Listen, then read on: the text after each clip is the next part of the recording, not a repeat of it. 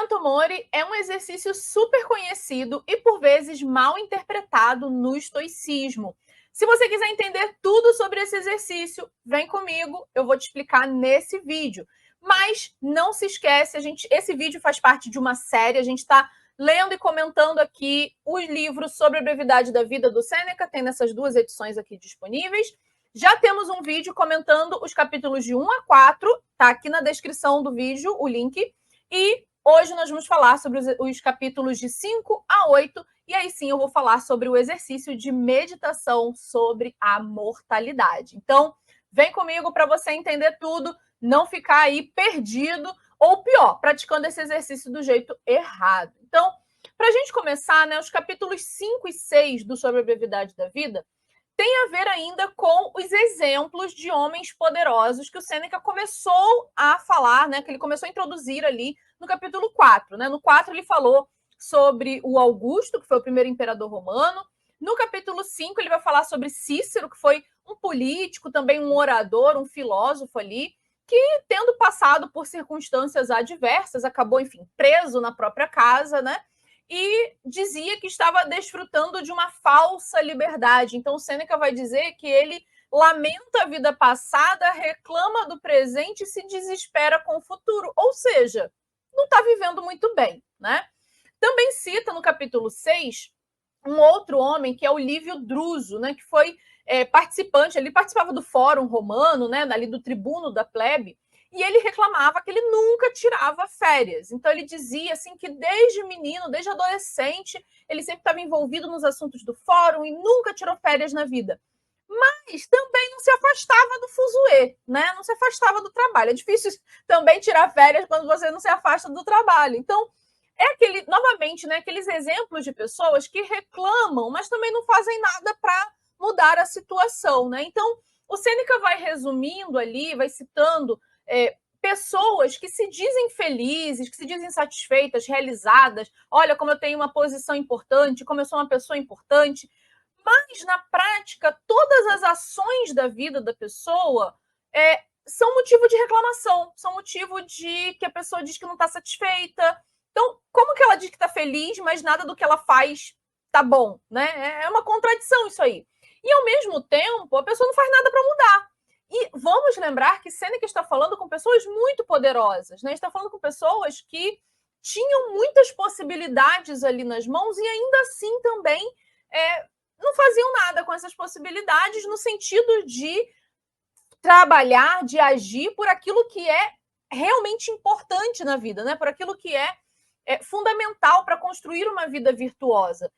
Claro que Sêneca não está desprezando o trabalho, não está dizendo que ninguém deve trabalhar, não é nada disso, mas que existe um desequilíbrio entre o trabalho, né, as atividades ali externas que a pessoa realiza e o trabalho interno de construção da vida virtuosa. Ser virtuoso não é uma coisa que acontece assim num estalar de dedos, né? É uma coisa que se constrói, é algo que se constrói ao longo da vida.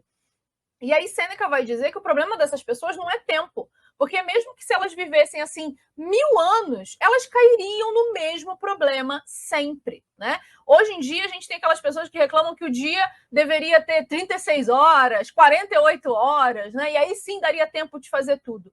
Só que, na verdade, se o dia fosse maior, a gente ocuparia do mesmo jeito. Basta a gente pensar, por exemplo, que até a invenção, por exemplo, da eletricidade, os dias eram relativamente mais curtos, porque a gente dependia muito da luz do sol, né? Então, o trabalho geralmente começava, né? A pessoa acordava quando o sol nascia, ia dormir ali pouco tempo depois do sol se pôr, mesmo que tivesse velas e tal, mas a iluminação era bem precária nessa época, então não tinha tanta atividade noturna quanto tem hoje. A partir do momento que a gente desenvolve a eletricidade, que sim, é uma coisa maravilhosa, a gente vai esticando os limites do trabalho ao máximo que pode. Então, quanto mais tempo a gente fica acordado, quanto mais recursos a gente tem, entre aspas, para esticar o dia útil, mais a gente vai ocupando, né, com tudo aquilo que a gente reclama que não devia ocupar. Então, eu sei, e aí também é importante, você vai falar, Fernanda, mas não depende só de mim, não é só o que eu quero. E isso, gente, é super importante de ressaltar aqui. Existe uma parte desse problema que é individual, que a gente absorve muito dessa ideia de que a gente precisa estar trabalhando e produzindo e desempenhando e fazendo e acontecendo 24 horas por dia, mas também é um problema coletivo, né? A gente vive numa sociedade que incentiva isso. Muitas vezes a gente segue pessoas nas redes sociais que incentivam um modelo de produtividade que não é saudável, que não é nem assim humano, para falar a verdade.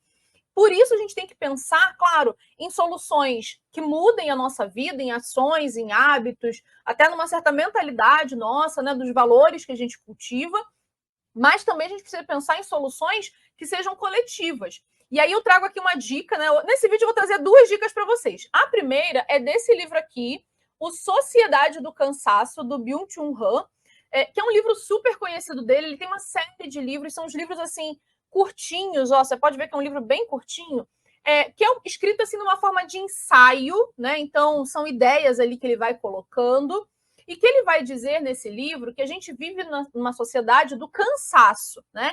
Que é uma sociedade em que ninguém precisa ficar cobrando da gente o desempenho. A gente mesmo se explora, a gente mesmo cobra um desempenho que não é nem humano, né? A gente cobra ali que a gente tem que estar sempre produzindo, estar sempre fazendo e acontecendo, e alta produtividade e tal.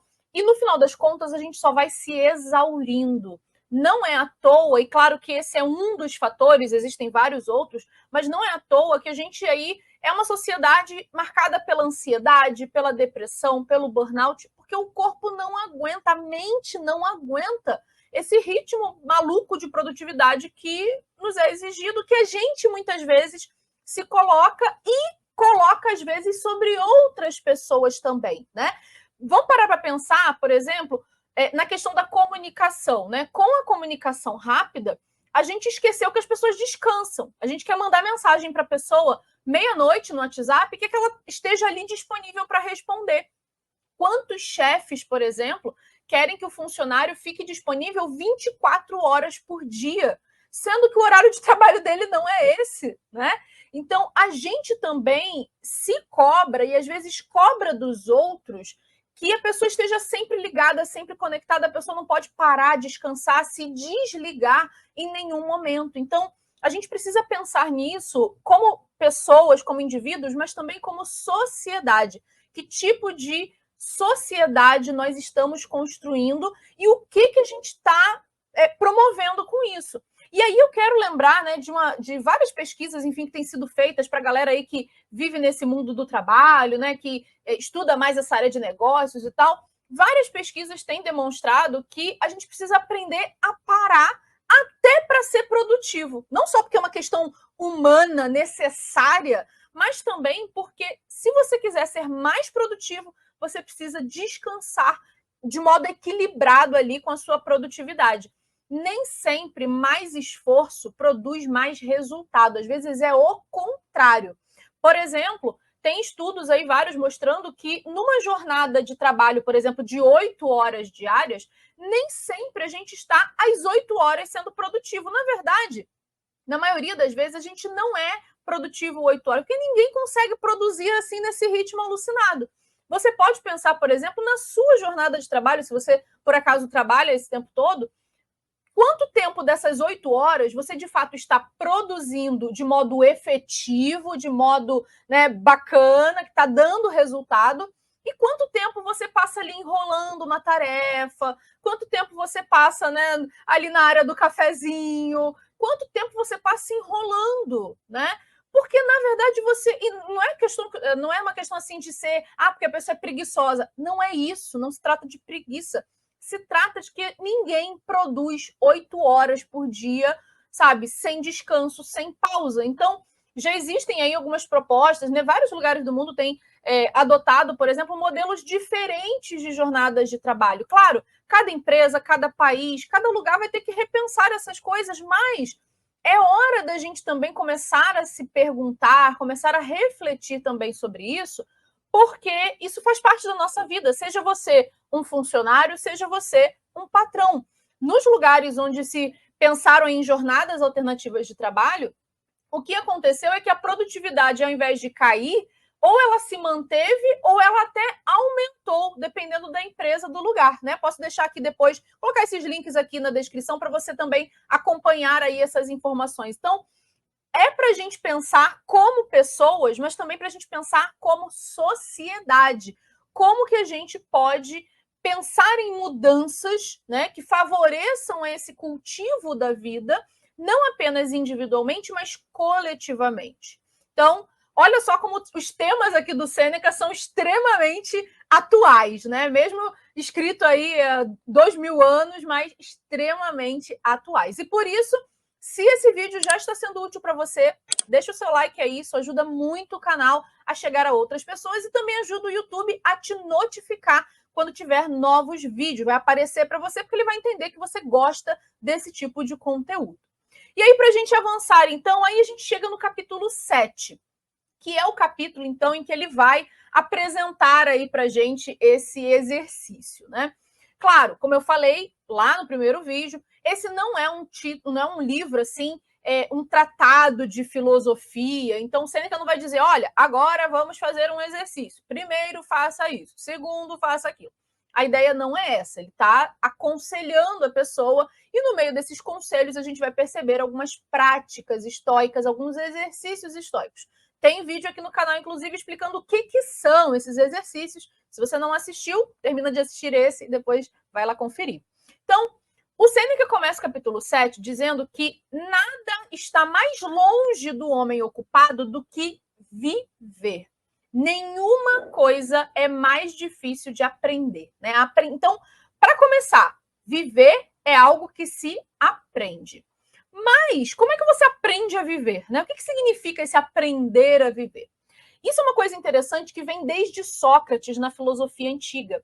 A ideia de que para a gente lidar bem com a vida, a gente precisa fazer as pazes com a nossa mortalidade. E aí é que entra o exercício do memento mori. O que é esse exercício do memento mori? Ele é um exercício, essa é uma expressão latina, né, que significa ali alguma coisa como a lembrança de que você é mortal, né? Lembre de que você é mortal. Mas por que lembrar que eu sou mortal, né? Parece uma coisa meio óbvia. Eu sei que eu sou mortal. O problema é que, como disse o Sêneca antes, a gente vive como se a gente fosse viver para sempre. A gente esquece, né, dessa mortalidade.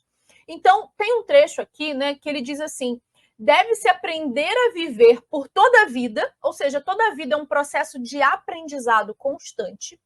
E por mais que te admires, durante toda a vida se deve aprender a morrer. E aqui é importante dizer, gente, que esse aprender a morrer, esse exercício, né, de lembrar da nossa mortalidade, de aprender a morrer, não tem a ver com nada negativo, não tem a ver com nada mórbido, não tem a ver com tirar a própria vida, não tem nada a ver com isso. Pelo contrário, esse é um exercício de valorização da vida. É um exercício de perspectiva. É você colocar as suas ações, o que você faz hoje, o modo como você leva a sua vida hoje, na perspectiva da brevidade da vida, na perspectiva de que sua vida vai acabar em algum momento. E aí, novamente, se você olhasse, se você pudesse ir até o seu último dia de vida e olhar para trás, você estaria satisfeito? Você olharia e falaria, nossa, eu fiz o que eu queria fazer, eu posso terminar a minha vida tranquilo, tranquila, eu posso partir dessa vida em paz. Você conseguiria dizer isso? Essa é a perspectiva do exercício do memento mori. Ela acrescenta seriedade, gravidade ao que a gente faz na vida. Quando a gente coloca as nossas ações, os nossos sentimentos, as coisas que a gente cultiva na nossa mente, quando a gente coloca as coisas nessa perspectiva da mortalidade, a gente se pergunta, será que essa birra que eu estou alimentando aqui com meu colega de trabalho, será que isso vai importar daqui a 1 ano, 5, 10, 20, 30 anos? Será que isso vai ter alguma importância? Sabe? Eu estou brigando na minha casa porque meu marido, a minha mulher faz isso ou aquilo que eu não gosto. Talvez umas picuinhas, umas bobeirinhas que as pessoas arranjam confusão. E aí pergunta assim, dali a um tempo, isso vai fazer diferença?